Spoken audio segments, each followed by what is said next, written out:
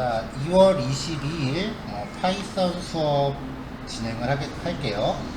우리가 이제 지난 시간에 살펴봤었던 내용이요. 모듈이라고 하는 것의 그 구성 원리였어요.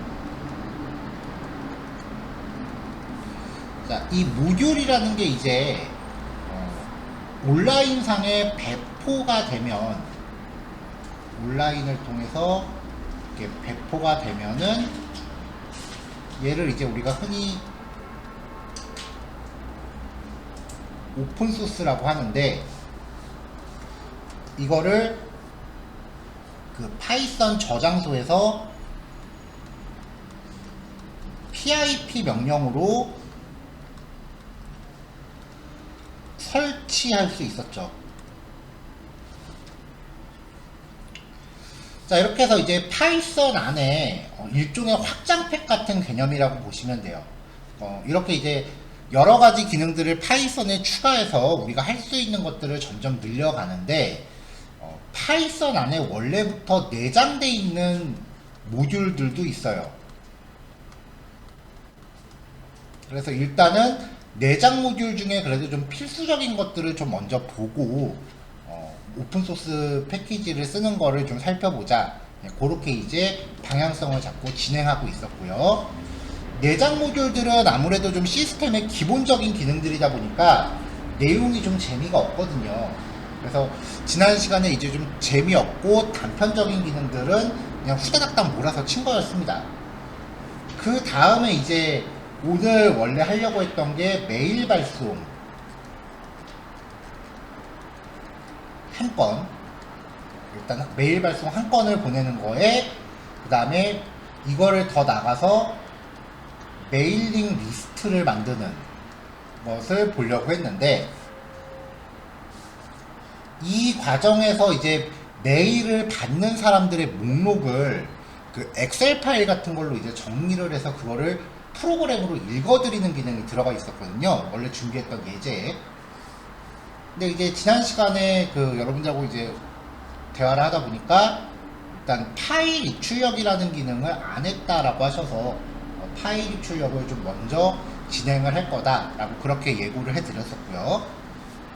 원래 이 파일 입출력은 저 같은 경우는 이제 파이썬 1에서 다루던 내용이에요. 왜냐면 이게 모듈 기능이 아니라 그냥 내장 함수거든요. 파일 처리하는 게. 함수는 파이썬 1에서 다루는 주제였잖아요, 우리가. 그래서 그 파이썬 1에서 다루던 예제를 가져오다 보니까 그 파이썬 1에서 쓰는 PPT를 그냥 가져오느라고 PPT 디자인 좀 여긴 달라요. 그리고 메일 발송 관련된 기능도 그냥 요 PPT 뒤에 제가 붙여버렸거든요. 그러다 보니까 이제 디자인이 그냥 앞으로 남은 내용은 이걸로 통일되지 않을까 싶어요. 근데 뭐 파워포인트 디자인은 뭐 중요한 거 아니니까요. 그냥 그렇게 생각해 주시면 됩니다. 자, 파일 입출력에 대해서 시작해 보죠. 파일 입출력이라고 하는 건 입력과 출력이에요. 입력을 다른 말로 이제 인풋이라고 하고요. 출력을 아웃풋이라고 합니다. 그래서 파일 입출력을 다른 말로 파일 IO라고도 불러요. 자, 우리가 만드는 파이썬 프로그램이 있죠.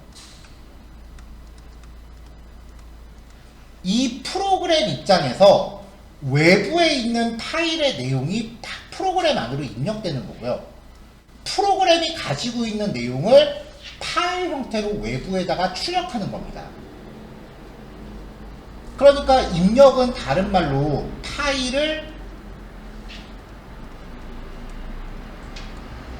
연다라고 표현하기도 하고요. 파일을 읽는다라고 표현하기도 해요. 출력은 파일을 쓴다라고도 표현을 하고요. 파일을 저장한다라고도 표현을 합니다.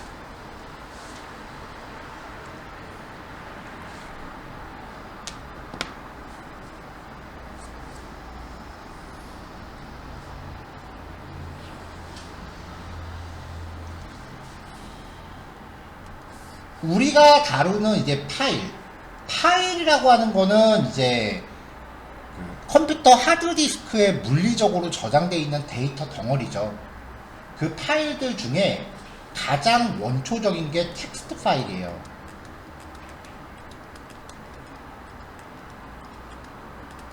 텍스트라고 하는 거는 문자열을 뜻해요.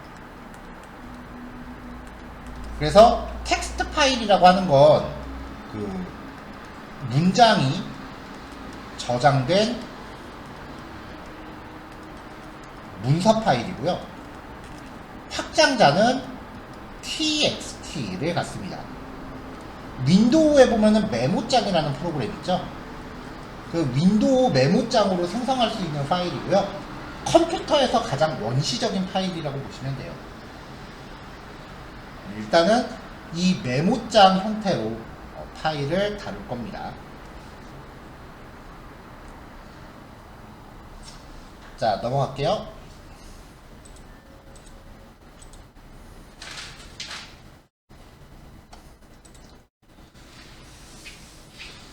자, 파일을 다루려면요, 맨 처음에 이건 그냥 파이썬 내장 함수예요. 오픈이라고 하는 함수를 쓰시면 돼요. 오픈이라는 함수를 써서 내가 다루고자 하는 파일의 경로를 지정하시면 그 파일을 프로그램이 이제 열어요. 그래서 객체를 반환합니다.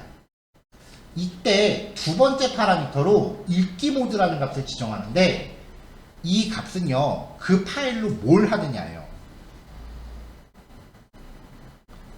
그리고 인코딩이라는 값이 들어갑니다. 자, 파일 경로는 상대 경로 방식하고 절대 경로 방식이 있는데, 다음 페이지에서 좀 더 디테일하게 얘기할게요. 읽기 모드는요, R이라고 주면은 파일을 읽어드리고요. 그럼 인풋이겠죠? W라고 쓰면은 파일을 새로 쓰기예요. 아웃풋이죠? A라고 하면은 기존의 내용을 그대로 유지하면서 이어쓰기가 돼요. 얘도 아웃풋이죠. 자, 요 세 가지는 텍스트 파일이 있다는 거고요. 만약에 텍스트 이외의 다른 형식이다. 예를 들어서 이미지라던가 뭐 그런 것들이요. 그럴 때는 이 텍스트 파일을 우리가 문자열로 처리하면 되거든요. 근데 이미지 같은 경우는 그 원시적인 이진 데이터를 바로 핸들링 해야 돼요. 그래서 이진수 모음을 컴퓨터에서는 기계어라고 하고요. 이 기계어를 영어로는 바이너리라고 합니다. 제가 스펠링은 잘 모르겠네요. 그래서 이진 값을 직접 쓰고 읽고 한다라고 해서 바이너리 처리 때는 뒤에 B가 붙어요. 예를 들어서 온라인에 있는 이미지 파일을 크롤링 기술로 내가 가져왔다. 그럼 내 컴퓨터에 저장을 해야 될 거 아니에요. 그럼 그때 이 오픈 함수로 이미지를 생성할 파일 객체를 만든 다음에 WB라고 해서 웹에서 가져온 데이터를 내 컴퓨터에 기록을 하는 거죠. 그럼 다운로드가 됩니다. 자, 인코딩이라고 하는 거. 인코딩이라고 하는 값은 이제 결국은 컴퓨터는 이진수밖에 못 알아듣잖아요. 우리가 메모장에다가 그냥 안녕하세요라고 문자를 적는다고 하더라도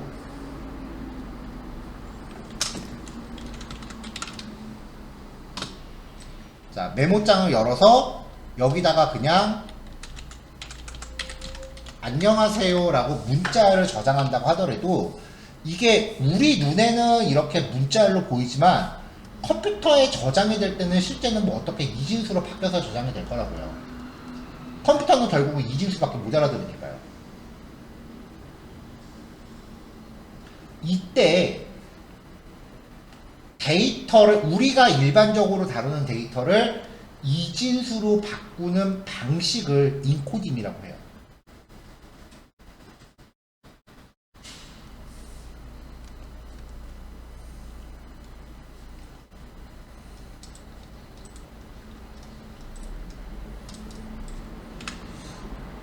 조금 더 깊게 얘기할까요?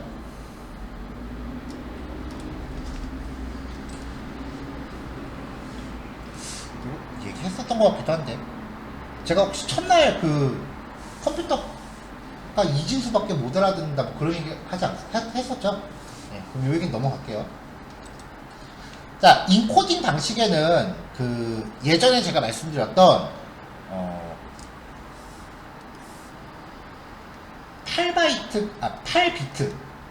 8비트가 이제 한 글자다. 이렇게 처리하는 게 이제 안시 방식이라고 했었어요. 근데 우리나라나 한자, 일본어 그런 애들은 이제 조합형 글자니까 한 글자 갖다가는 온전한 말을 만들 수가 없잖아요. 그래서 이제 2바이트, 8비트가 1바이트죠. 2바이트로 이제 한글 한 글자를 표현을 해요. 그래서 이제 안시 방식은 국가별로 종류가 나눠져 있는데 이 안시 방식 중에 한국어를 의미하는 게 EUC-KR입니다. 근데 요즘은 다국어를 지원하는 게 기본이니까 UTF-8 방식을 이제 기본으로 사용을 해요. 파이썬도 기본적으로 UTF-8을 써요. 그래서 EUC-KR은 일단은 생각하지 마시고 인코딩에 UTF-8을 먼저 그냥 무조건 넣으세요. 근데 나중에 결과를 봤더니 한글이 깨지네? 그럼 그때 EUC-KR로 바꾸시면 돼요. 자, 이 페이지 넘어갈게요.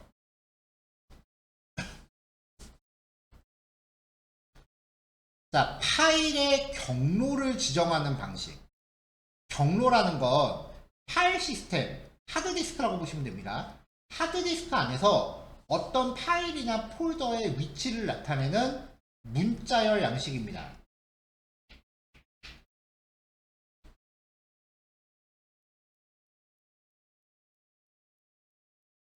이 경로를 표현하는 방식이 절대 경로와 상대 경로 두 가지가 있는데, 절대 경로라고 하는 거는 내가 어떤 폴더에서 작업하는지 상관없이 항상 똑같은 문자열로 접근할 수 있는 거예요. 파일 시스템의 최상위 위치, 하드디스크의 최상위 위치라고 하면 윈도우 기준으로는 C 드라이브죠. C 드라이브 안에 어떤 폴더 안에 어떤 폴더 안에 어떤 폴더 안에 어떤 폴더 안에 뭐 이런 식으로 C 드라이브나 D 드라이브에서부터 이렇게 제일 꼭대기부터 순서대로 타고 가는 걸 절대 경로라고 합니다. 그러니까 윈도우에서의 절대 경로는요, 항상 C 드라이브나 D 드라이브가 이렇게 명시가 되어 있어요. 근데 맥을 사용하시는 분들은, 그 맥 쓰시는 분들 같은 경우는 컴퓨터의 경로 체계를 잘 이해 못 하시는 경우가 되게 많아요. 왜냐면은 당연히 C 드라이브나 D 드라이브부터 생각을 하는데 맥은 C 드라이브나 D 드라이브의 개념이 없어요. 그리고 윈도우 같은 경우는 역슬래시로 폴더를 구별하는데 맥은 슬래시 단위로 폴더를 구별해요.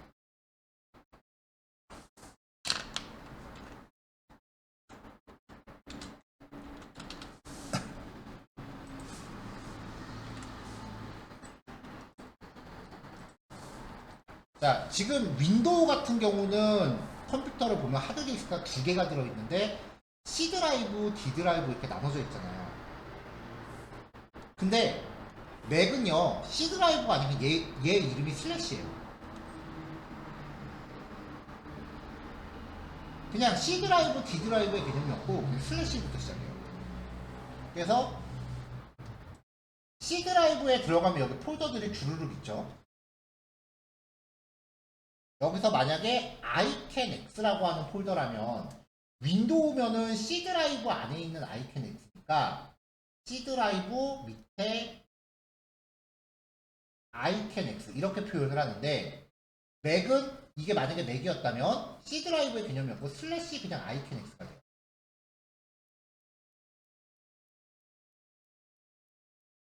그리고 이 보이는 폴더 구조도 완전히 좀 서로 다르고요.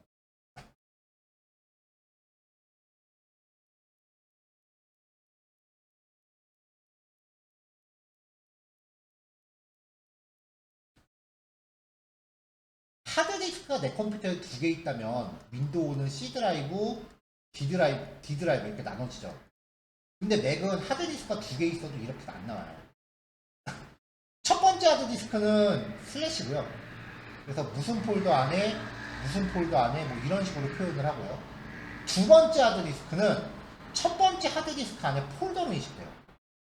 그래서 두 번째 하드디스크의 경우는 슬래시 볼륨스 밑에 뭐 하드디스크 이름이 데이터다라고 하면 데이터. USB를 꽂았다. 그러면은 최상위 폴더 밑에 볼륨스 밑에 뭐 메모리. 이런 식으로 하드디스크나 USB를 꽂아도 드라이브가 생기는 게 아니라 그냥 어떤 폴더처럼 인식해요. 맥 사용하시는 분들은 파일 시스템에 대해서 조금 더 그 상세한 내용을 찾아보셔야 될 겁니다. 안 그러면은 이제 파일을 다루는 프로그래밍을 할 때는 경로를 못 찾아서 계속 헤매시더라고요.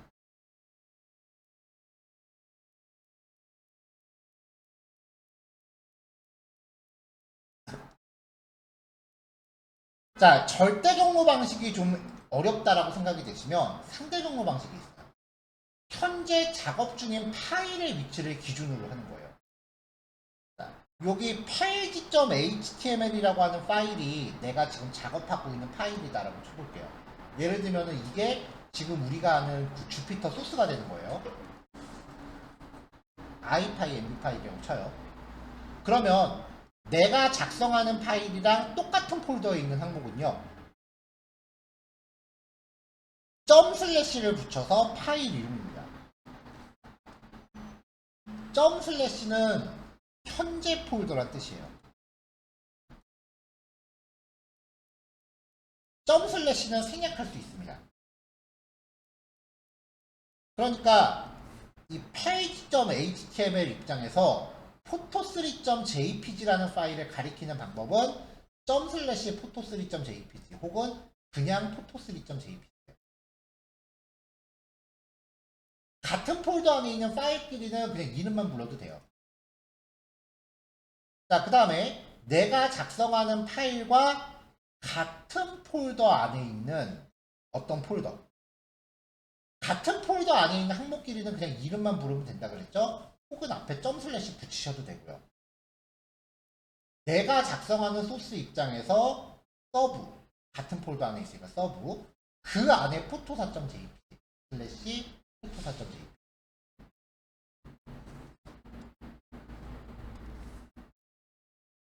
자, 지금 제가 작업하는 소스 파일입니다. 얘가 들어있는 폴더가 폴더 2죠. 자, 지금 요 안에 지금 들어있는 건데, 내가 지금 이 안에 있는 건데, 한 칸 위로 올라가고 싶어요. 이 폴더 2 밖으로 나가고 싶어요. 그러면 점점 슬래시가 됩니다. 점점 슬래시. 자, 밖으로 나오면 이제 요 범주를 마음대로 왔다 갔다 할 수 있죠. 밖으로 나와서 폴더 1 혹은 밖으로 나와서 포토 1 점점 슬래시 포토 1 혹은 점점 슬래시 폴더 1 안에 포토 2. 자, 이런 식으로 이제 파일을 핸들링 하는데요.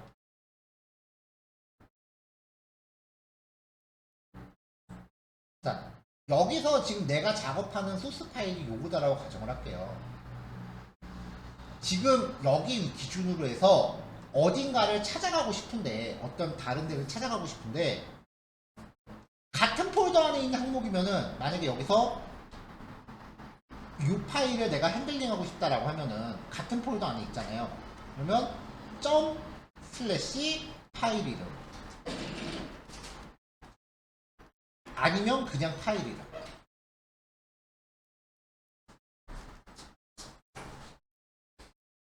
자, 내가 지금 작업하는 파일하고 같은 폴더 안에 있는 어떤 폴더, 그 안에 있는 어떤 대상을 지정하고 싶다라고 하시면은 그냥 폴더 이름 슬래시라고 하면 이 폴더 안에 있는 어떤 대상을 뜻해요. 점점점 뭐 이렇게 가면 되고요. 아니면 점 슬래시 폴더 이름 슬래시 뭐 이렇게 가는 겁니다. 근데 만약에 지금 내가 작업하는 파일 기준으로 한 칸 위로 올라갔다. 그럼 이제 점점 슬래시가 되는 거예요.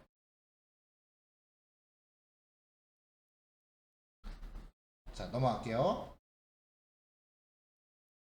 자, 인코딩. 아까도 잠깐 말씀드렸는데, 그, 부호화 방법이에요. 문자나 기호들의 집합, 즉, 우리가 쓰는 문자열을 컴퓨터에 저장할 목적으로 부호화하는 방법. 즉, 이진수로 부호화하는 방법입니다. 가장 원시적인 거는 모수부호고요. 안씨. 7비트를 한 글자로 한다 그랬죠? 그 다음에 확장 안씨는 8비트를 한 글자로 표현. 뭐 요거는 저는 얘기했다라고 했으니까 깊게 얘기 안 할게요. UTF-8은 다국어 표현. 뭐 그런 방식입니다. 표준은 현재 UTF-8이 표준이니까요. 다른 거는 사실 무시하셔도 됩니다. 자, 여기 가볍게 얘기하고 넘어갈게요. 자, 여기부터는 제가 뒤에 실습 소스 코드를 따로 붙여놓긴 했는데요. 여기 교환 안에 실습이라고 붙어 있는 게 그 소스, 여러분들이 실습하실 소스 파일 내용이에요. 그러니까 요거하고 뒤에 나와 있는 소스 코드 내용이 똑같아요. 자, 일단 파일 쓰기입니다. 자, 오픈 함수를 통해서 파일 객체 F를 리턴 받아요. 자, F는 오픈, 그 다음에 helloworld.txt. 자, 그러면은 helloworld.txt라는 파일 앞에 아무것도 없잖아요. 그러면은 내가 지금 작성하는 소스 파일과 같은 폴더가 되는 거죠. 같은 폴더 안에서 만드는 거예요. 그리고 쓰기 모드. 자, 쓰기 모드는 기존의 내용을 지우고 새로 만듭니다.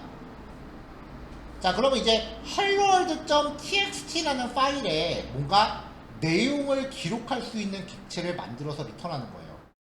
그럼 이제 여러분들이 저장하고 싶은 내용을 write 메서드로 쓰세요. 근데 프린트 함수처럼 자동으로 줄바꿈 되진 않습니다. 줄바꿈 하시려면 여러분들이 옆슬래시 n을 넣으셔야 됩니다. 자, 파일을 다 쓰고 나면 마지막에 반드시 클로즈를 하셔야 돼요. 이 클로즈를 안 하면 어떤 일이 발생하느냐? 뭐 지금 우리가 하고 있는 예제는 요거 실행하고 나면 바로 끝나니까 영향이 없긴 한데요. 왜 여러분들 그 윈도우 쓰시다가요. 파일을 삭제하려고 할 때 혹은 이름 같은 거 바꾸려고 할 때 다른 프로그램이 사용 중이니까 삭제할 수 없습니다. 그런 경우 있죠. 그게 어떤 프로그램이 파일을 오픈해 놓고 마지막에 클로즈를 안 한 거예요. 다른 프로그램이 파일을 붙잡고 있으면은 그 파일을 못 건드리게 돼요. 그러니까 마지막에 클로즈 기능을 꼭 넣으셔야 돼요.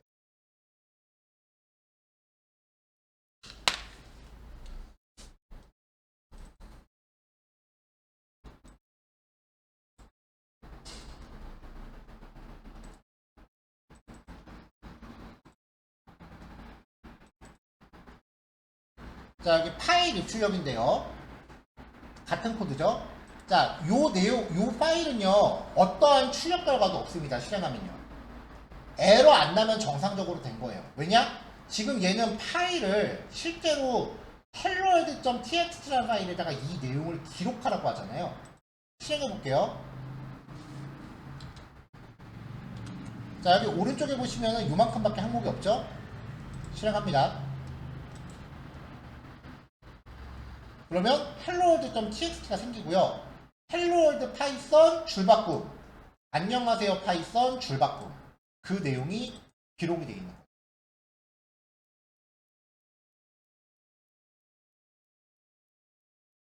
자, 그래서 실행하고 나면 이제 파일이 생성되고 그 파일을 확인한다 라고 하시면 되고요.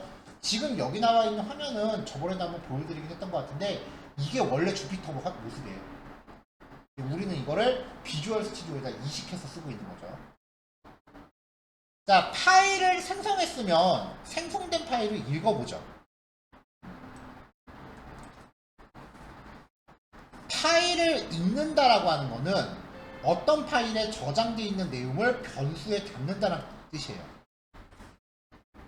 자, 아까 생성한 파일 이름이 똑같아야겠죠.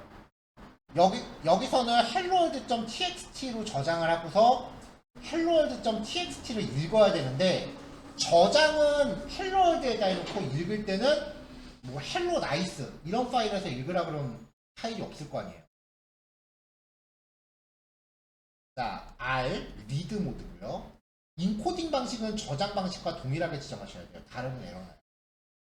자, 이렇게 해서 파일 객체를 만든 다음에 f.read라고 호출하시면 이 파일이 지금 f죠? 이 파일의 내용을 싹 다 읽어서 변수에서 저장합니다. 그러니까 이거는 우리가 프로그램에서 문자열 변수를 직접 코딩하는 것과 마찬가지일 거예요. 그냥 파일의 내용을 그대로 문자열로 가져오니까. 출력하고 파일 닫았습니다.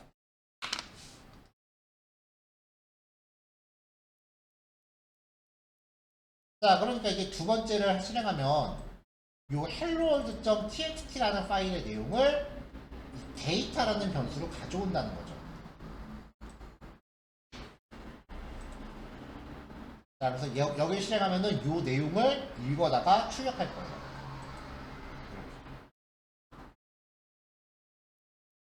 자, 이렇게 내용을 출력하는 거니까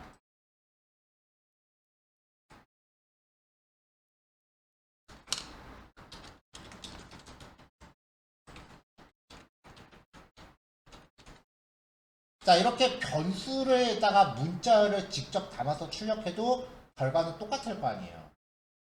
근데 만약에 출력할 내용을 바꾸고 싶다라고 하면 이거는 프로그램 코드를 매번 바꿔야 되지만 파일을 통해서 읽어드린 내용을 바꾼다라고 하면은 그때부터는 프로그램 코드는 안 고치고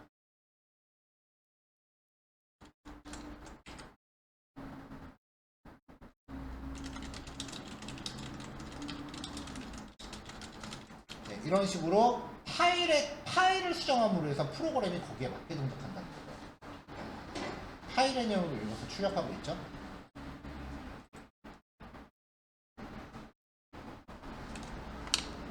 자, 예를 들어서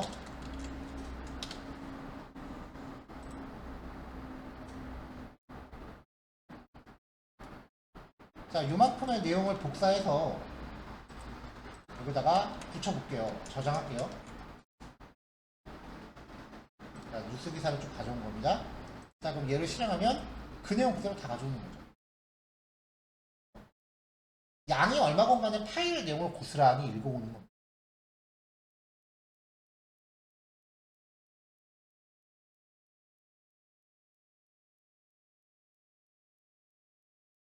할 때나 1시간 만에 파일 입출력 다 해야지 하고 갖고 왔는데 하다 보니까 제가 욕심이 좀 과했나 보네요. 자, 일단은 여기까지 설명드릴게요.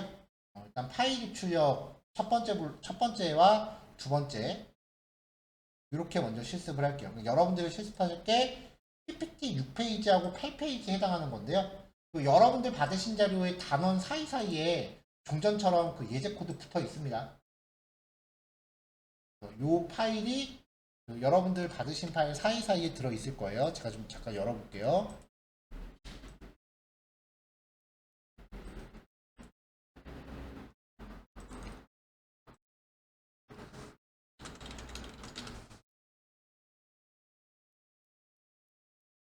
자, 지금 PPT 보시면은 여기에 코드 블록 하나 있고 여기에 또 코드 블록 나오고 중간중간에 제가 실습하실 부분 이렇게 실습이라고 붙여놨거든요. 근데 요 코드 블록하고 단원 사이사이에 종전에 드리던 것처럼 이렇게 예제를 붙여놨어요. 요거하고 똑같은 내용이에요. 지금 여기 단원 사이사이에 붙어있는 이 실습 코드하고 PPT에 붙어있는 요 예시 코드가 똑같은 거예요. 그러니까 어느 걸 보시건 편한 거 보시면 되고요. PPT로 참고하실 분들은 여기까지 두 번째 코드 블럭까지 그 다음에 시스 코드를 보실 분들은 파일 쓰기랑 파일 읽기 요거 각각 블록 하나씩만 이렇게 실습해 보시면 되겠습니다. 자, 지금 35분인데요. 요거 코드 블록 두 개니까 15분이면 충분하시겠죠? 그래서 50분까지 실습하시고 10분 쉬었다가 8시에 이어서 하겠습니다. 네, 잠시 후에 뵐게요. 자, 넘어가도록 하겠습니다.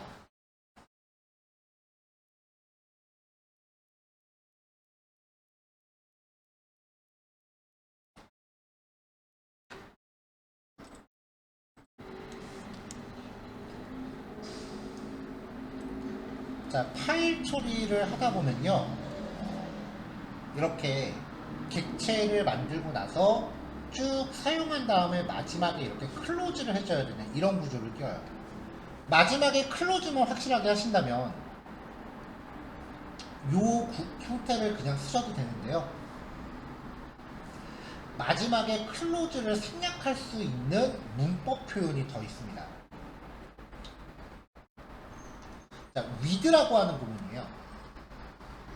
자, with라고 하는 구문은 함수나 if문, 반복문처럼 코드 블록을 만듭니다. 여기까지가 블록이에요. 자, 오픈 함수를 호출해요. 자, 이번엔 hello python.txt고요. 쓰기 모드예요. 인코딩 UTF-8이고요. 보통은 우리가 함수를 호출하면 리턴을 이렇게 어떤 변수에 받잖아요. 근데 with문은 리턴을 이렇게 받는 게 아니라 as 객체 해서 리턴을 이쪽으로 줘요. 근데 이 f라고 하는 이 객체는 with as라고 하는 구문을 통해서 만들었기 때문에 이 블록 안에서만 유효해요. 이 블록이 끝나면 자동으로 클로즈가 돼버립니다. 그래서 구문이 좀 더 간단해요. 자, 파일의 내용은요, 그냥 포문을 한번 돌렸어요. 자, 0부터 9까지죠. 그 다음에 1씩 증가하죠. 자, f.write %d에다가 먼저 i를 출력했는데 역슬래시 n이 없잖아요, 지금 뒤에.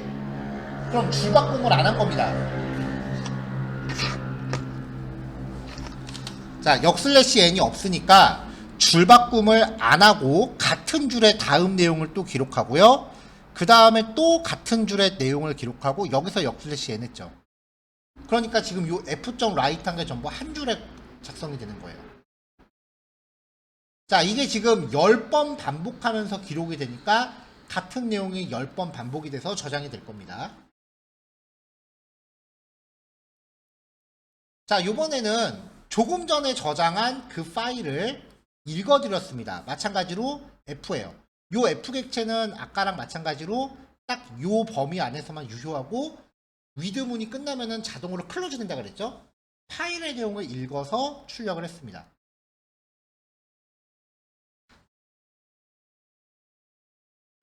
자, 요걸 실행해 보면요. 자, with open hello python.txt w니까 write 모드죠. 자, 그래서 f 객체를 생성했어요. 아까처럼 반복문 넣으면서 같은 코드니까 바로 실행해 볼게요. 자, 여기 hello python이 생겼고요. 열어보면은 이렇게 쭉 10줄이 만들어져 있죠. 자, 요게 첫 번째 f.write 요거였죠. 그 다음에 두 번째 write는 write is too short 요거였고요. 그 다음에 세 번째 f.write 하고서 역슬래시 n 들어갔으니까 줄바꿈 하는 거죠. 이렇게 해서 10줄을 기록했습니다. 자, 파일 읽기입니다. 조금 전에 생성한 이 파일을요, 읽어드려서 그 내용을 데이터에 담아서 출력했습니다. 파일의 내용이 출력이 됩니다.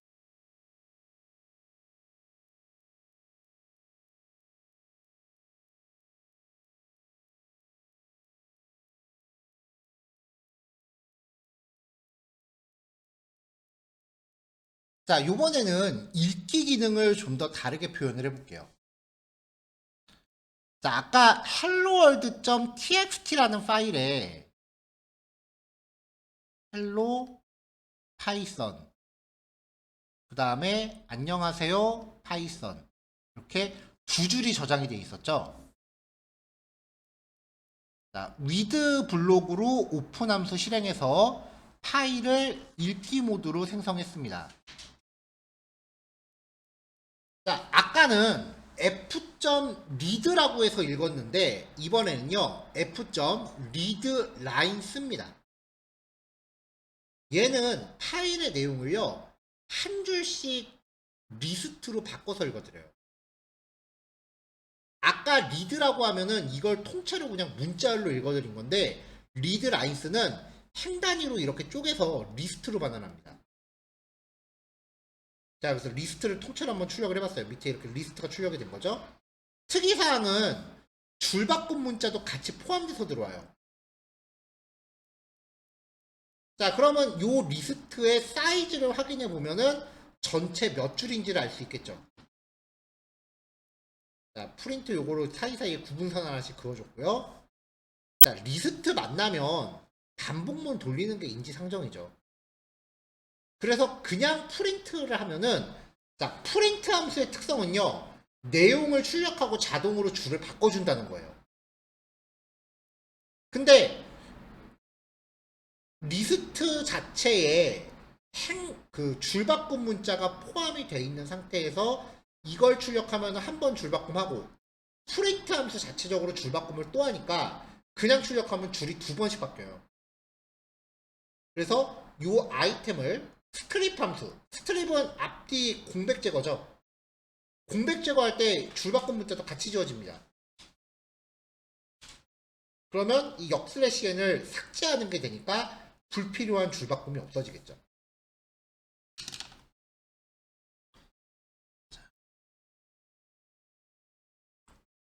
자, 요거 한번 실행해 볼게요. 자, 이걸 그냥 이대로 실행하면 좀 전에 그 코드인데요. 좀 전에 실행하면은 이렇게 헬로 파이썬 여기 리스트 출력했을 때 여기 줄바꿈 문자가 들어있죠. 만약에 스트립을 안 쓰면 실행했을 때 이렇게 나와요.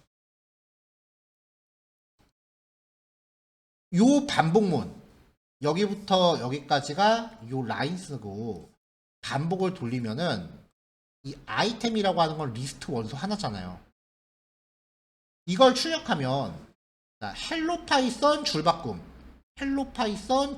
해서 여기 딱 입력할 차례인데 프린트 함수 자체적으로 줄바꿈을 또 시키니까 한 줄 더 바뀌는 거죠. 근데 이제 출력하기 전에 스트립을 걸면 요 역슬래시에는 제거가 되니까 불필요한 줄바꿈이 사라지게 됩니다. 외부에서 들여오는 데이터는요, 무조건 스트립 한 번씩 다 거치세요. 의도치 않은 줄바꿈 문자가 포함되어 있을 가능성이 굉장히 커요.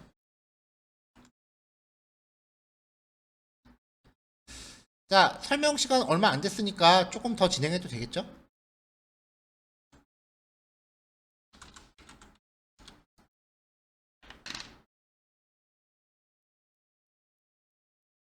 자, 엑셀이라는 게 원래는 표를 만드는 거잖아요. 이름, 국어, 영어, 수학, 철수, 88, 75, 97, 인수, 56, 64, 78. 뭐 이렇게 적당히 할게요.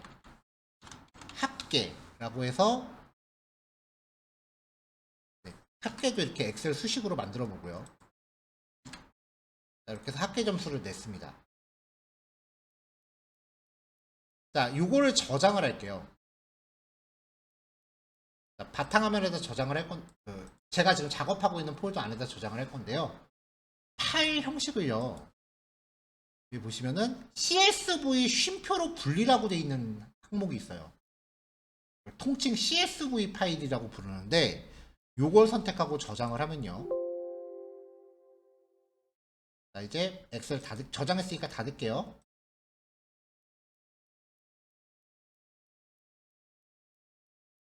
자, 그러면은 이제 제가 저장한 폴더 안에 통합문서.csv라는 파일이 생겼어요.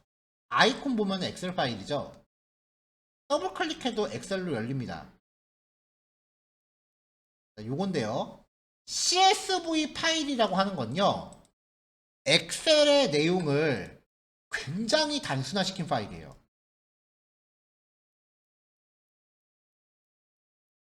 그래서 이 엑셀의 행 단위는 줄바꿈 문자로 표현하고 열 단위는 쉼표로 구별한 파일입니다. 그래서 이 통합문서.csv 파일을 메모장으로 열면은 자, 제가 메모장을 가동할게요. 메모장에다가 통합문서.csv를 끌어다 놓을게요. 이렇게 열려요. 엑셀을 진짜 최대한 단순하게 표현한 파일이에요. 그래서 실제로 그 데이터 분석 같은 데서 이제 데이터 내용 저장할 때 CSV 포맷을 굉장히 많이 써요. 형식이 워낙 심플하니까.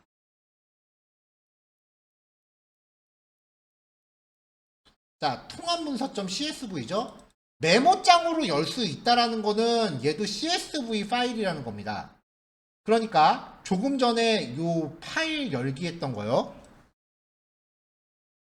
이걸 가지고 파일 이름을 통합문서 1.csv라고 저장해서 다시 실행하면 확장자만 바뀌었을 뿐 메모장 파일이에요. 이 코드가 동작 안 할 이유가 없죠. 아, 참. 엑셀로 저장하면 인코딩이 EUCKR입니다. 네, 그러면 CSV 파일의 내용을 이렇게 가져오고요. 내용을 한 줄씩 이렇게 가져오죠.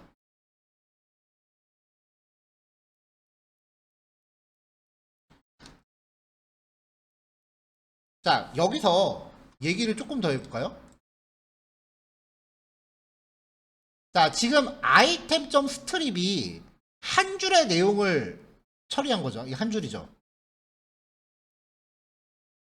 자, 그럼 이 한 줄이 지금 쉼표로 내용을 나누고 있잖아요.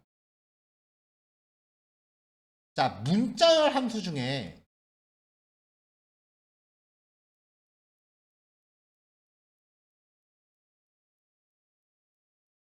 스플릿이라고 하는 함수는 파라미터 값을 사용해서 문자열을 잘라서 리스트로 반환합니다. 그러니까 여기에서 이거 다음 예제 지금 미리 하는 거예요. 요거를 그냥 출력하는 게 아니라 스트립을요 K라고 저장하죠. 이 스플릿한 결과를 스트립한 결과를 스플릿 쉼표로 쪼개라 라고 하고서 프린트 K라고 하면 한 줄씩 이렇게 리스트로 바꾼다고요.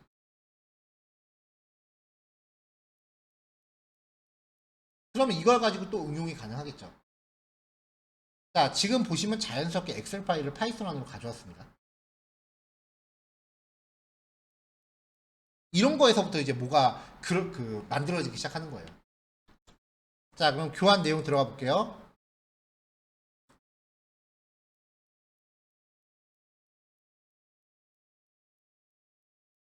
자, 이렇게 생긴 CSV 파일 이제 조금 전에 보여드린 거예요. 넘어갈게요. 다른 이름으로 저장할 때 CSV 형식으로 저장하시면 된다. 엑셀에서 CSV를 저장하면요. 기본 인코딩 형식이 EUCKR이에요. 근데 엑셀 최신 버전, 그러니까 오피스 2022 버전 이후는 UTF-8 CSV도 지원을 해요.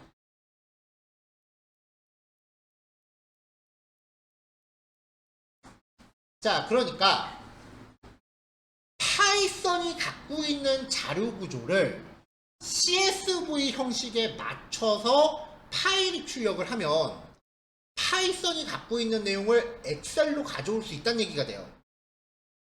CSV 형식이랑 간단해요. 쉼표, 쉼표, 쉼표, 그 다음에 줄바꿈. 이런 형식으로 만들어주시면 돼요. 그러면 이렇게 알아서 엑셀의 표가 된다고요. 그럼 이제부터 복합적인 자료 구조를 이렇게 표현하는 게 수행이 되는 거예요. 자, 일전에 일부러 이런 데이터 타입 한번 연습하실 기회를 우리 만들어 봤었잖아요. 자, 딕셔너리를 포함하는 리스트입니다. 이걸 이제 CSV로 저장할 거예요. 그럼 여기 알맹이만 저장하면 되겠죠? 이런 데이터가 보통이에요. 자, 일단은 리스트니까 얘는 반복을 돌릴 거고요. CSV는 쉼표 단위로 데이터를 나누고 줄바꿈 한번 해주고, 이게 기본 형식이니까 저장할 내용의 기본 형식을 잡습니다. 이거는 포맷 함수를 쓰면은 여기에 0번째, 1번째, 2번째, 3번째 여기 이렇게 딱딱딱 4개 넣어주면은 알아서 한 줄을 만들겠죠? 얘네들을 뽑아서 여기다 각각 넣어줄 거예요.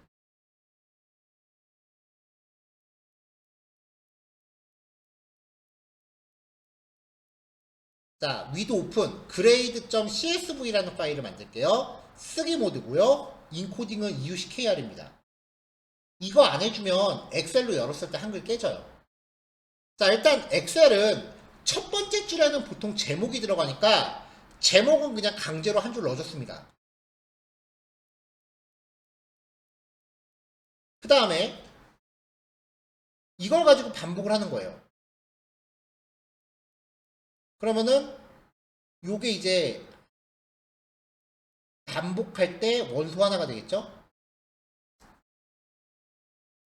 자, 전체 데이터를 갖고 또 반복 돌리니까 이 아이템이 아까 그 딕셔너리 하나가 되는 거라고. 이 딕셔너리에 있는 이름, 국어, 영어, 수학이라는 값을 미리 준비했던 그 문자열 템플릿 있잖아요. 아까 0, 1, 뭐 이렇게 해서 4까지 준비했던 거 있죠? 거기다 세팅해서 파일에다가 라이팅을 해주면은 반복을 돌면서 한 줄씩 파일을 기록할 겁니다. 그러면 이제 저장했을 때 이런 식으로 저장이 되고 더블 클릭하면은 엑셀로 자연스럽게 열리는 거죠.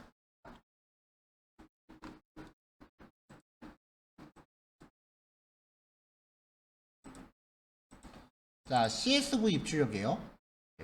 일단은 이렇게 데이터를 먼저 준비를 하고 그 다음에 요 내용을 갖고 반복 돌면서 CSV 기록을 합니다. 자, 그럼 여기 grade.csv라는 파일이 생겼어요.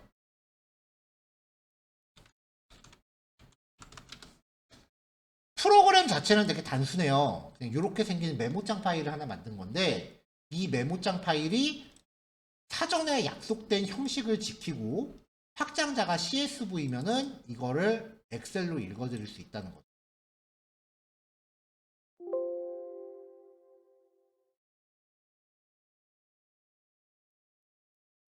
자, 만약에 저장할 때 UTF-8로 하면요. EUC-KR하고 UTF-8하고 구별하시는 방법 간단해요. 잘 모르시겠으면 일단 무조건 UTF-8을 하세요. 자, 다시 실행했어요. 그럼 이 파일이 바뀌어 있을 거예요. 딱 열면은 한글이 이렇게 깨지면 잘못 줬구나. EUC-KR로 바꿔야겠다. 그렇게 생각하시면 돼요. 인코딩이 잘못되면 이렇게 한글이 깨지거든요. 영어는 해당 없어요. 저거 안 맞으면 이제 EUC-KR로 바꿔서 하면 다시 맞는 거죠.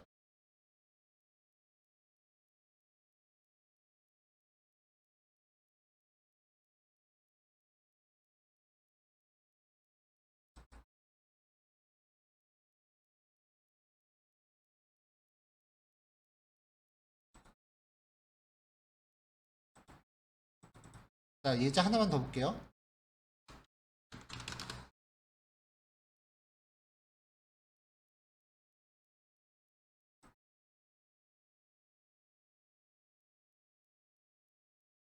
자, 파이썬이 갖고 있는 어떤 내용을 이렇게 엑셀 형식으로 내보낼 수도 있지만 CSV로 형성된 이 데이터를 파이썬 안으로 갖고 들어올 수도 있습니다. 그러니까 엑셀로 만든 거를 파이썬으로 갖고 들어올 수도 있는 거죠. 자, grade.csv를 읽기 단위로 가져옵니다. 그럼 이 파일을 가져온 거예요. 이 파일을 가져온 거예요. 자, 요거를 이제 조각조각 내려면 한 줄씩 일단 끊어 읽어야 되죠. CSV 파일의 형식이니까요. 이거를 한 줄씩 끊어 읽는 메서드가 readlines였습니다. 그럼 한 줄씩 끊어서 리스트로 바꿔서 저장하죠. 출력하면 줄 단위로 리스트가 돼요. 그럼 이거 이제 반복 돌리면 되죠.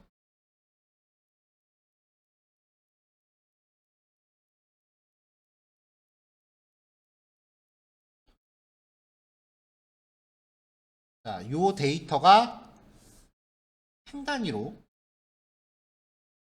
이렇게 쪼개져 있어요. 그러면 이제 얘가 일로 들어와요. 자, 에너미레이트 함수 쓰면은 i는 인덱스 번호죠. 0, 1, 2, 3이에요. i는 자연스럽게 0, 1, 2, 3이 됩니다. 라인은 각각의 원소가 되죠. 리스트의 원소. 자, 근데 이런 파일을 파이썬 안으로 끌고 들어올 때 첫 번째 줄의 제목은 필요 없잖아요. 그쵸? 그러니까 i가 0일 때는 continue. 반복문 안에서 continue 만나면 조건식으로 건너뛰죠. 그래서 0번째 건 제끼고요. 그 다음부터 자, 이번에는 i가 1일 때 이게 라인입니다. 자, 일단은 스트립으로 줄바꿈 문자 없애라고 말씀드렸죠. 그 다음에 쉼표 단위로 쪼개요. 그럼 이 아이템이 0, 1, 2, 3으로 해서 각각 이름, 국어, 영어, 수학이 됐잖아요. 요거는 각각의 인덱스 번호별로 무슨 역할인지 알죠? 0번째는 이름, 국어, 영어, 수학 점수인데 숫자니까 인트 함수로 바꿔서 변수에 담고요. 다 더해서 총점도 내보고 3으로 나눠서 평균도 내봤습니다. 그러면은 엑셀 파일을 읽어서 우리는 새로운 어떤 그 데이터를 결론을 이제 뽑아낼 수가 있겠죠. 엑셀 파일 바로 분석해서 총점과 평균을 얻어냈네요. 여기부터 시작하는 거예요. 파이썬으로 뭔가 하는 건. 그럼 이제 요렇게 이제 내용을 소개를 해드리면은 이제 분위기가 둘 중에 하나로 바뀌어요. 괜찮은데? 한번 해볼까? 이런 분들이 또 계시는 한편 내가 저걸 짜느니 그냥 엑셀하고 말지 하시는 분들도 계세요. 솔직히 이거 하는 거면 엑셀 하는 게 나아요. 차이가 있는데요. 무슨 차이가 있냐면 엑셀은 데이터가 한 5,000줄 이상 넘어가기 시작하면 이제 컴퓨터로 열기도 힘들어요. 파일을. 그러니까 엑셀은요. 용량이 그 파일의 내용이 많을 때는 프로그램 자체가 잘 동작을 안 해요. 근데 파이썬은 5,000개가 뭐예요? 5만 건 이상도 1초 이내에 다 처리해요. 양이 많을 때는 분명히 용도가 확연히 달라져요. 왜 우리가 그냥 데이터 분석이라고 안 하고 빅데이터 분석이라고 하겠어요? 빅데이터의 빅이 그냥 단순히 양이 많다는 거거든요. 파이썬으로 처리하는 거는 엑셀로 하는 그냥 100개, 200개 정도는 그냥 손으로 하세요. 근데 5,000개, 5만 개, 50만 개 정도 되면 그때 얘기가 달라요. 그때는 그냥 자연스럽게 파이썬 쓰는 거죠. 뿐만 아니라 이제 파이썬으로 처리를 하면은 엑셀도 은근히 노가다 많아요. 근데 그런 노가다를 한번 잘 짜놓으면은 자동화하는 게 가능해져요.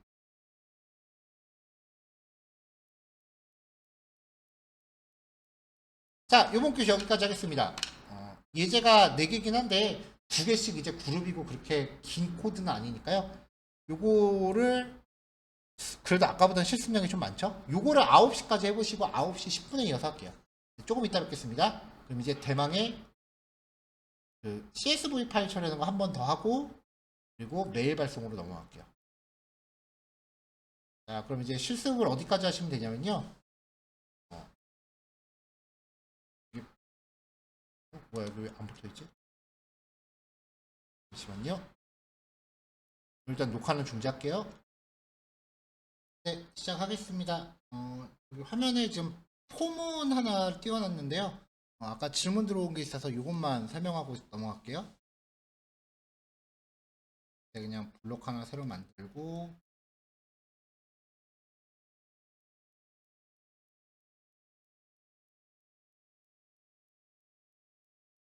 자, 여기서 할게요. 자, 포문의 유형이 3가지가 있어요. 일단 첫 번째는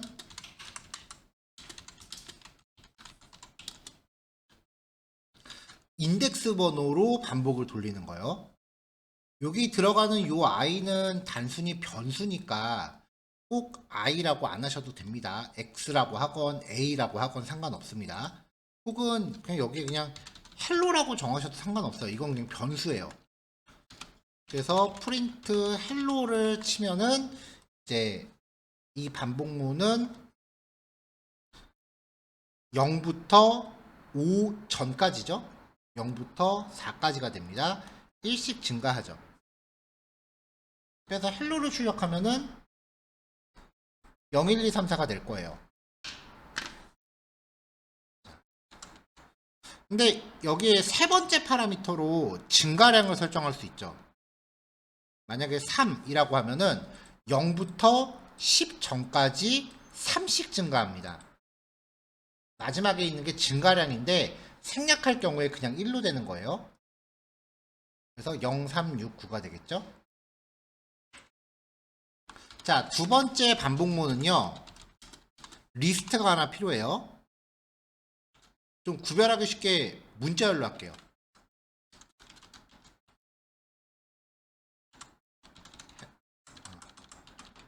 파이썬 is good 이렇게 할 때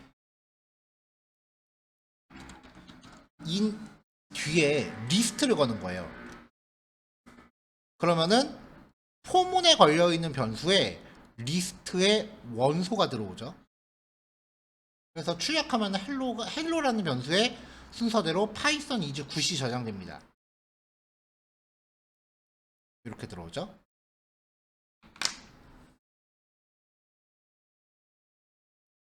고전적인 반복문은 리스트가 있을 때 이런 식으로 처리해요.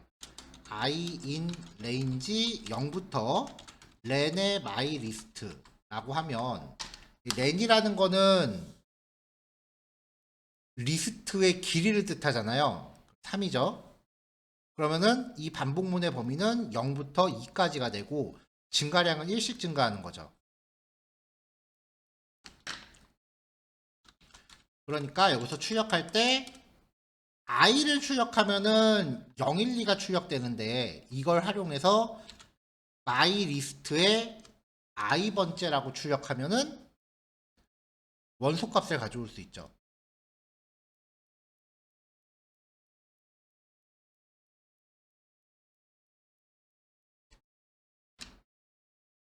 반복을 돌릴 때 리스트의 인덱스 번호가 중요한 경우는 이런 식으로 접근을 해야 되는데 만약에 몇 번째 거를 처리해야 된다 뭐 그럴 때요.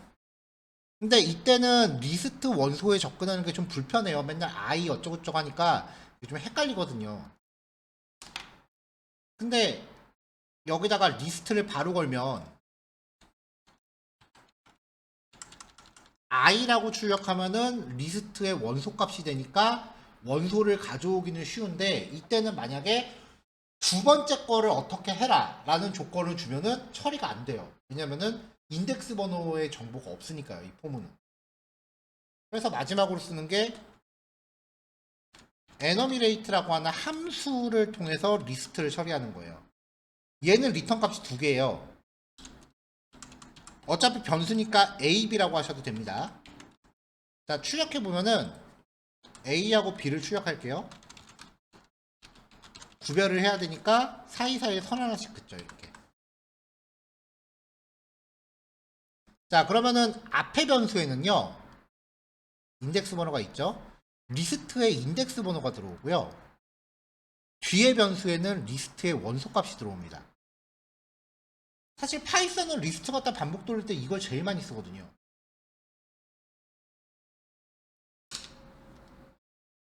그러면 0번째는 파이썬, 1번째는 is, 2번째는 good. 이렇게 인덱스와 원소 값을 동시에 뽑을 수 있는 기능이에요. 굉장히 활용도가 높은 기능입니다. 자, 다시 돌아가죠.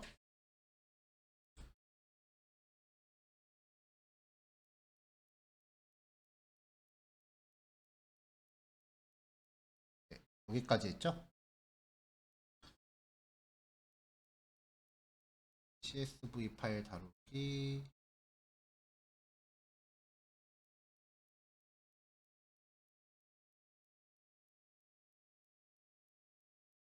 네, 여기까지 했고 그 다음에 여기 시작할 차례예요. 자, 전교시에 했었던 예제는 딕셔너리를 원소로 갖는 결과적으로는 리스트였어요. 근데 두 번째는 리스트를 원소로 갖는 딕셔너리입니다. 파이썬 다룰 때 이 두 가지 패턴이 제일 많이 등장하니까 각각 연습을 해 놓으셔야 된다고 말씀을 드렸죠. 자, 데이터는 딕셔너리인데요. 이 딕셔너리의 항목들이 리스트로 되어 있는 거예요. 자, 이때는 이런 식으로 구성될 때는요, 전제 조건이 하나 있어요. 이 각각의 리스트의 길이가 똑같아야 돼요. 그래서 인덱스 위치가 같은 애들끼리는 동일한 데이터를 의미한다. 이런 전제가 반드시 성립이 돼야만 문제가 구성이 됩니다. 보시면 이렇게 하나씩 이렇게 인덱스 위치가 같은 데끼리 이렇게 묶이죠. 그래서 얘네가 전부 길이가 똑같고 이름의 0번째와 국어의 0번째, 영어의 0번째, 수학의 0번째, 과학의 0번째가 하나의 묶음이다 라는 게 성립이 돼야 돼요. 그러니까 이 중에 어떤 걸 가지고 반복을 돌리건 똑같아요. 이름의 두 번째, 이름의 2번째는 국어의 2번째와 영어의 2번째, 수학의 2번째, 과학의 2번째와 매핑이 되는 거기 때문에 결국 전부 다 똑같은 i번째 항목들끼리 묶입니다. 어느 걸 가지고 반복을 돌리건 상관이 없는 거예요. 자, 그래서 얘를 요 단위로 이렇게 묶어서 엑셀로 처리를 해볼게요. 자, 한 줄에 대한 문자열 구성 미리 준비했고요. 이 포맷 함수도 아까 질문이 나왔는데 그냥 평범하게 문자를 만드신다고 치고요. 나는 0번째 세인 1번째입니다. 이렇게 있을 때 중괄호를 넣고 숫자 값을 지정하면 얘가 치환 문자입니다. 치환 문자를 갖는 문자열은 포맷이라고 하는 함수를 가져요. 이 포맷 함수의 파라미터를 지정하면은 순서대로 0, 1이라는 인덱스를 갖습니다. 그래서 여기다가 값을 지정하면 자기 인덱스 자리에 찾아가서 내용이 치환되는 거예요. 그래서 결과적으로 이렇게 해서 리턴을 받으면 x 값은 나는 20세인 학생입니다가 되는 거예요.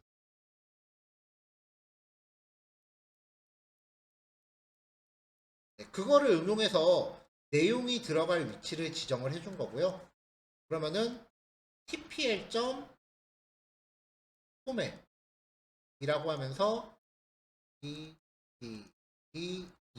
이렇게 5개의 파라미터를 주면은 각각 이 값들이 자기 자리를 찾아간다는 거죠.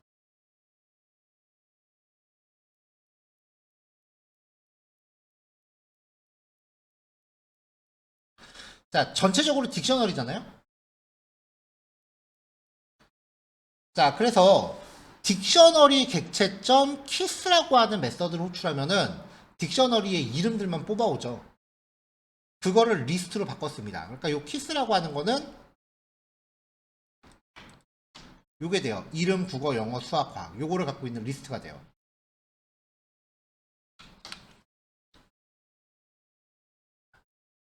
자, 그 다음에 P라고 하는 문자열에 쉼표를 뒀는데 P.점 조인하고서 요 키스를 주면은 요 키스가 이름,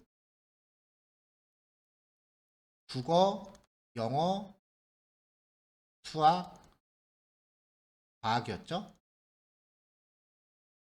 자, 이 쉼표가 쉼표 객체 문자열점 조인 하면서 리스트를 준 거잖아요. 그러면 이 P가 요 사이사이에 참가를 해요. 그래서 하나의 연결된 문자열을 만듭니다. 여기까지만 일단 확인해 볼게요.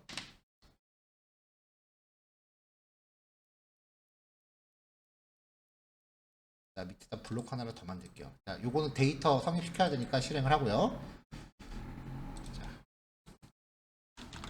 키스는 그레이드 딕셔너리 객체 아무거나 다 됩니다. 점 키스라고 하고서 출력을 해보면 이름표만 갖고 있는 요 이름만 갖고 있는 딕키스라고 하는 객체가 됩니다.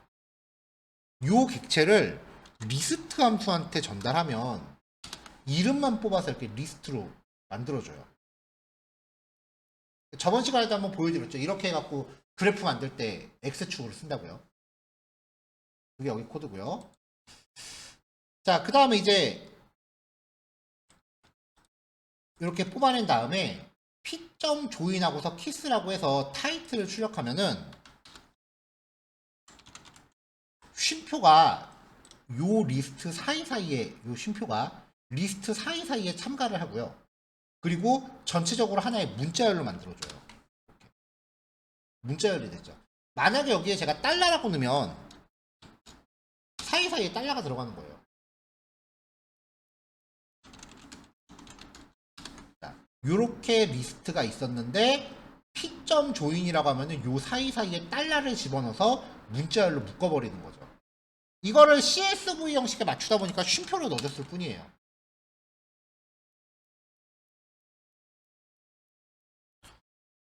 자, 남은 부분은 코드로 바로 보죠.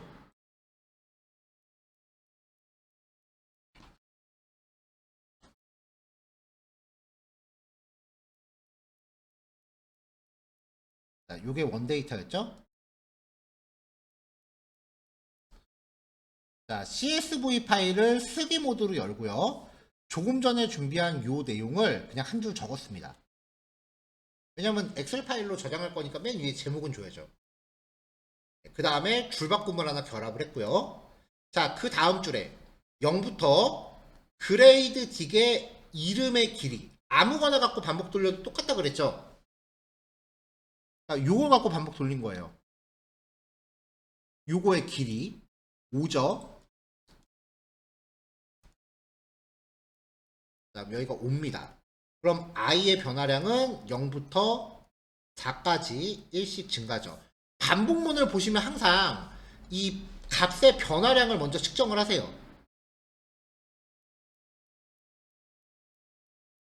자, 그 다음에 이제 tpr.format 하면서 아까 준비했던 거에 얘가 0번째.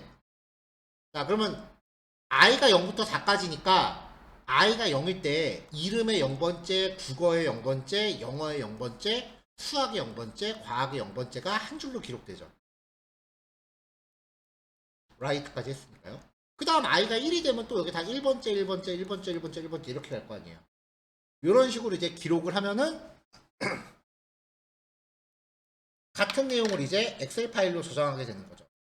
여기를 한번 다시 실행하면은 여기 grade2.csv라는 파일이 나오고요. 얘도 똑같은 내용을 이렇게 엑셀로 저장하는 게 됩니다.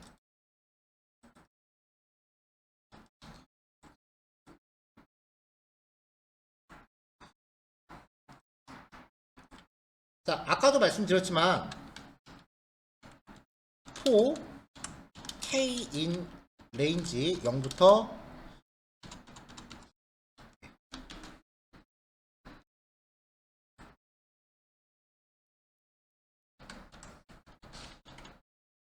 자, 파일을 열고 제목은 맨 처음에 적어주고 그 다음에 반복 돌면서 한 줄씩 적는 거를 3만 번을 더 돌릴게요. 그러니까 요거 한번 할 때마다 지금 4줄씩 생기는데 이거를 3만 번을 더 돌렸으니까 12만 줄이 생길 거예요. 그레이드 3이요. 생겼죠? 끝났어요. 지금 12만 줄 다 만든 거예요.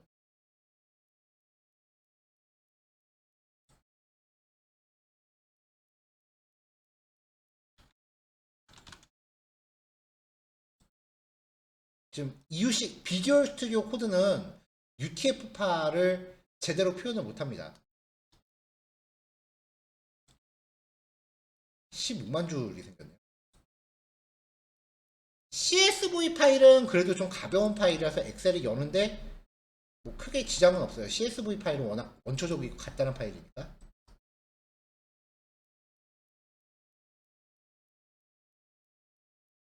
근데 이 15만 줄이나 되는 데이터를 엑셀로 만들어야 된다라고 하면은 세워라 내워라 걸리겠죠, 진짜.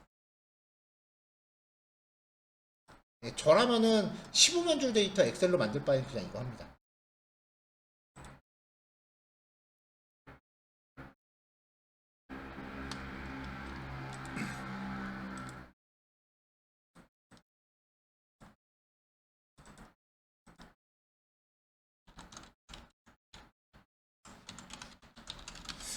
예전에 제가 뭐 나중에 복합적인 데이터 어떤 거 쓰게 됩니다라고 혹시 보여드린 적이 있나요?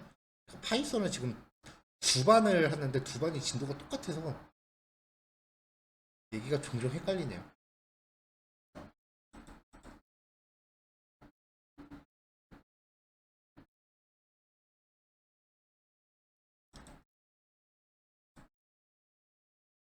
그걸 보여드렸던 적이 있는 것 같기도 하고 아닌 것 같기도 하고.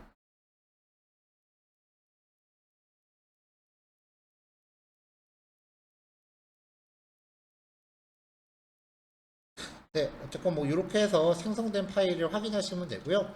이거를 응용하시면은 단순히 그 열려 있는 자료를 뭐 집계하는 거에 관해서는 월등히 엑셀보다는 훨씬 수월한 면이 있어요. 물론 그게 이제 데이터가 다루고자 하는 그 어떤 데이터가 양이 굉장히 많아야겠죠.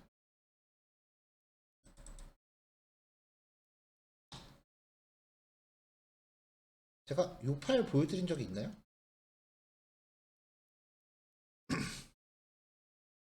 이거는 이제 그 여기 메가스터디에서 쓰는 수업 자료용은 아니고요. 이전에 강의하던 곳에서 쓰던 자료인데 일단 파이썬으로 치면은 통계 분석에서 쓰던 자료예요. 그러니까 파이썬 1, 2가 있으면 그 다음에 통계 분석이 들어가야 되는데 여기서 할지는 아직은 잘 계획 잡힌 게 없어요. 요거는 일단 가벼운 샘플 주어지는 데이터들이 이렇게 생겼어요. 데이터 여러 개를 지금 묶어 놓은 건데요. 이게 학과, 그 다음에 이거는 교수 데이터, 이거는 학생 데이터. 주어지는 데이터가 다 이런 식이기 때문에 복합적인 자료형에 적응하시는 방법이 필요해요. 이거는 온라인에 있는 뉴스 컨텐츠 데이터.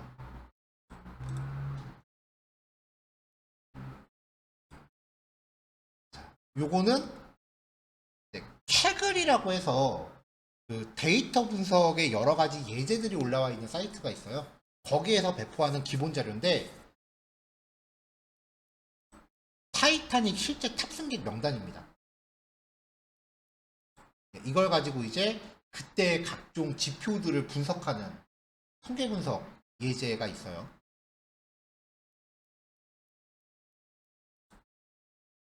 요거는 이제 간단한 지금 우리 했었던 예제죠. 거고 요거는 2005년 1월 달부터 2018년 12월 달까지 월별 교통사고 사고 건수, 사망자 수, 부상자 수에 대한 실제 데이터예요. 이건 이제 국가 통계 포털에서 내려받은 거고요. 이걸로 이제 각종 분석을 해서 이제 뭐 그래프 만드는 뭐 그런 것도 있고, 요거는 우리나라의 그 코비드 19이 처음으로 그 보고된 게 2020년 2월 17일이에요. 이때부터 제가 작년 중순까지 2022년 5월 31일까지 제가 이거 실제로 온라인에 크롤러를 돌렸어요, 실제로. 2년 반 동안. 그래서 일별 확진자 수, 그 다음에 누적 확진자 수, 일별 사망자 수, 그 다음에 격리 해제, 누적 격리 해제, 이거는 확진자, 사망자, 뭐 이런 데이터들을 진짜로 실데이터로 수집해서 쭉 만들어 놨거든요. 그래서 이걸 통해서 이제 각종 그 과제들을 만들곤 했었는데, 보시다시피 실제로 앞으로 만나시게 될 데이터는 단순한 리스트가 아니에요. 이렇게 복합적인 자료형을 끊임없이 연습하셔야 이후에 좀 더 그 높은 수준의 예제들을 그 연구하실 수가 있어요.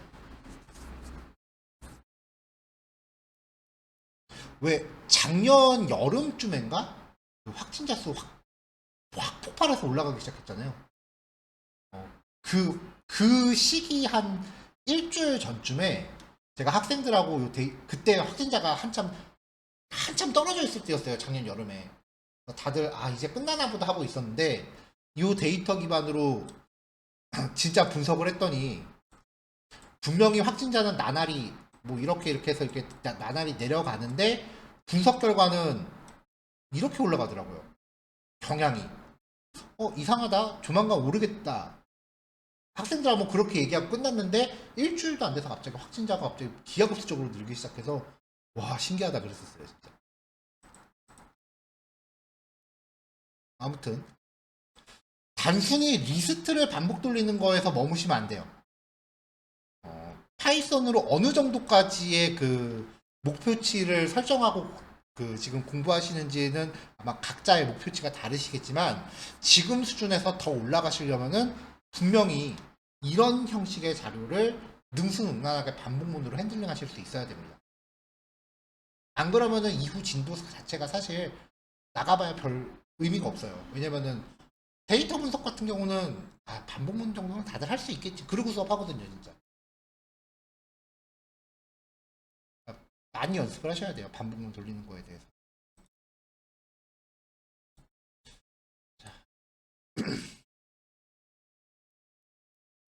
자, 한 단원이 더 남아있긴 한데요. 오늘 진도는 제가 여기까지만 할 겁니다. 오늘 우리가 본 게 파일 입출력이었죠? 이 파일 입출력이 발전을 해서 CSV라고 하는 파일 처리 방법을 봤고요. 그 다음에 지난 시간에 우리가 봤던 게 OS 모듈을 통해서 파일의 경로값 처리하는 거를 봤죠. 그 다음에 오늘 배포해드린 자료에서 남아있는 한 단원, 원래 하루에 2단원씩 보기로 했는데 제가 오늘 좀 무리해서 3단원 갖고 오긴 했어요. 오늘 드린 자료에 있는 나머지 내용이요. 한 건의 메일 발송이에요. 그럼 이거를 우리가 다음 시간에 하겠죠. 자, 그럼 여기서요, 이제 파일의 경로값을 핸들링하는 거를 여기다 결합해서 첨부 파일 처리.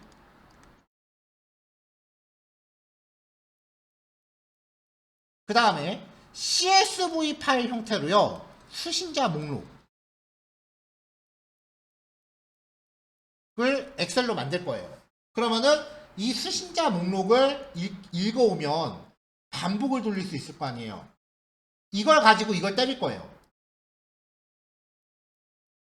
스토리가 엮이죠, 이제. 그동안 하나하나 조각조각 봤었던 게 하나로 묶이면 최소한 메일링 리스트는 처리가 되죠. 규모가 크지 않은 회사들은요, 아직도 급여날 되면은 그 회사에 있는 그 격리 업무 하시는 분이 급여 명세서를 직원들한테 일일이 개인을 보내요. 제가 이전에 수업했던 그 학원에서 급여 명세서를 그 격리하시는 분이 강사들한테 일일이 보내는 거예요. 강사가 90명이 넘는데. 그러니까 나는 월급날 되면은 급여 명세서를 오전에 받고 싶은데 그거를 그분은 아침에 와서 보내기 시작해서 오후까지 보내니까 저는 맨날 5시, 6시에 받아요. 퇴근 시간 다 돼서. 착딱지가 나서 만들어줬어요. 급여 명세서 첨부 파일까지 거니까 엑셀만 정리해서 아침에 점심 먹으러 가기 전에 파일 딱 이거 실행시키고 밥 먹고 오라고 그럼 다 보내져 있을 거라고. 이런 걸 만들어 놓으면은 하루 종일 할 업무를 실행 버튼 한번 눌러놓고 제 기준으로 말씀드릴게요. 담배 피고 오면 끝나 있습니다. 다음 시간에 거기까지 한번 얘기해 볼게요. 자, 오늘 여기 PDF 기준으로요 23페이지까지만 실습 마무리하시면 되고요.